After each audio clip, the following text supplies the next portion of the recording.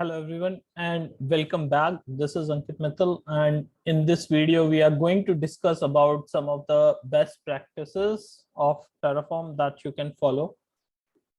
Now, Terraform has become one of the most popular infrastructure as code tool, which is being used by different organizations for managing their cloud-based resources.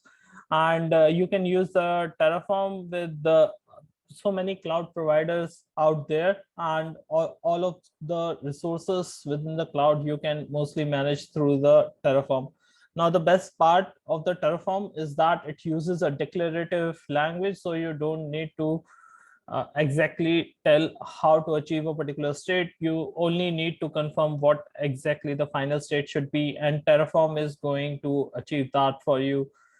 This basically allows the Terraform to be used across the multiple clouds, and also if you are going to migrate, it becomes easier over a period of time to some other cloud. Then if you are going to re-provision or create multiple environments in your AWS account, it again becomes easier with the help of Terraform. So we are going to look at some of the best practices. Now, these best practices also forms a part of the DevOps interview, and you would find that most of the questions are around these best practices, and they basically try to evaluate if you have really worked.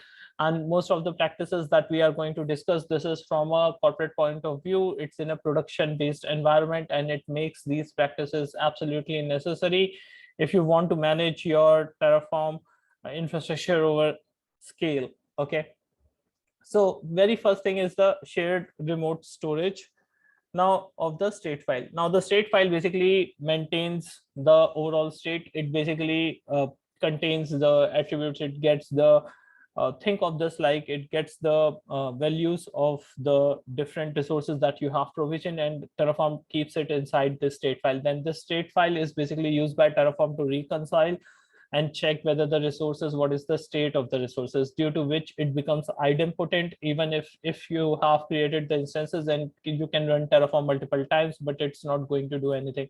This is how it is able to determine. Now the state file is the way through which Terraform know what resources have already been provisioned and what resources it has to create. Like the difference between the two, the Terraform is going to achieve that. So it becomes necessary that the state file goes to a location where it is stored and can be used if the multiple team members are trying to use it. Now, so it becomes by default, the Terraform is going, when you run the Terraform on your machine, it stores the state there. But then there are multiple team members who need to use it. So you need to store the state at a point where multiple people are able to access this. That's why it is necessary to store it in a remote remote storage like S3 bucket you can use, or if you are something using like the Terraform cloud, then it automatically creates a workspace where the state will automatically be saved by the Terraform cloud, because it's a SaaS-based solution, so it automatically detects and saves the stage across the different workstages, workspaces. Okay. The next is the state locking. Now, because these states are stored at a remote place, so it is possible that multiple people might be trying to work at the same time, and if they are trying to manipulate the same resource, then you can get an error because someone other person might already be using it. So it makes it difficult to use it in parallel, right? So for solving this problem, you need to have a locking on the state. What this happens is, what this does is it prevents your corruption of the data. What this means is that if you implement locking, then the other person, if in your team, who is not aware that you are currently working on updating the changes into the resources in public cloud, then he would get an issue that the state is already locked, right? So he will understand that someone else is right now running the changes, due to which he should probably wait for the lock to get released. This is a safe mechanism, and using the locking, you can, multiple people can actually work together on the Terraform itself without implementing the remote storage of the state, and without implementing the locking, multiple people in an organization cannot work. This is one of the most asked questions inside the state Now you should regularly back up the state, because whenever you are working, the state becomes the it becomes the point of reality. So if you want to know what is the current state of truth for your infrastructure, the Terraform basically looks and reconcile from the state, and that's how it is able to determine what is the current state of your infrastructure. Now, if you lose the state, this can happen due to multiple reasons, due to some human intervention problem, or there might be some policies or some automation which is running, which might delete it, override it, or it might not get saved, or someone wipes it. There can be number of things, due to which the things can go wrong. So it makes sense that you back up your state regularly. Now, if you are using the Terraform Cloud or such kind of SaaS-based solution, which is provided by HashiCorp themselves, then they have this mechanism built in, and you can be sure that the state will always be available. But then it's a good idea to apply the multi-stage mirroring or replication or the high availability or within the S3 bucket. So all these ways you can achieve the backup of your state file. You should back up the state file regularly. Now, whenever you are writing your application code, that is, whenever you are writing the Terraform TF files, you should always treat that it to be the same as your application code, right? So this becomes important because this allows you to version your infrastructure. Then you can easily fall back if something is going wrong. At the same time, it allows you should integrate it with the Git or follow a proper CI/CD pipeline. Now, the advantages of the CI/CD pipeline is that the multiple people can make a change, then their changes will always be recorded, versioned, so you can easily check why they made a certain change or why, in which perspective that change was raised. So these all informations comes from the version management. Also, it maintains the data integrity. Another thing is, if you implement the CI/CD pipeline, then it becomes easier because now everyone will be going through the CI/CD implementation and the changes would be done over the cloud. It makes a process streamlined. Anyone can see what changes are currently getting pushed. So this brings them visibility into the infrastructure if multiple teams are working on the Terraform together. That's why you should always treat your ISE code in the form of an pipeline, and you should try to implement the pipeline for your Terraform code that you have written.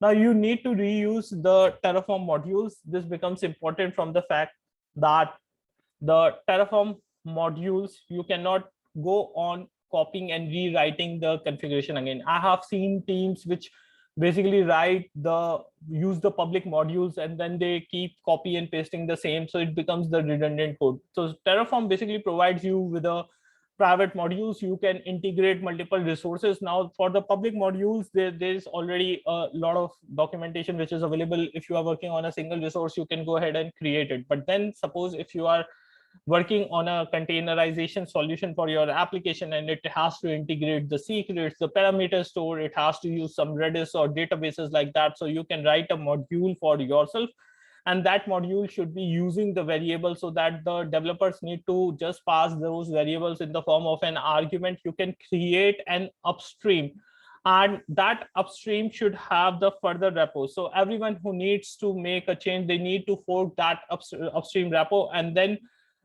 because the repo has been forked from some other repo, so over a period of time, if you are making a change, you can make a change inside your own repository, and the other people can then take a pull from your repository. So even if the modules tomorrow gets used by the multiple teams, and you want to make sure that any change that you have bought in the module should be inherited by all the team, they can just update from the upstream, and that way they all will be getting the changes that you have pushed. So this makes the code reusable, and multiple teams are able to fetch. You are able to have the better implementation, better control over your infrastructure.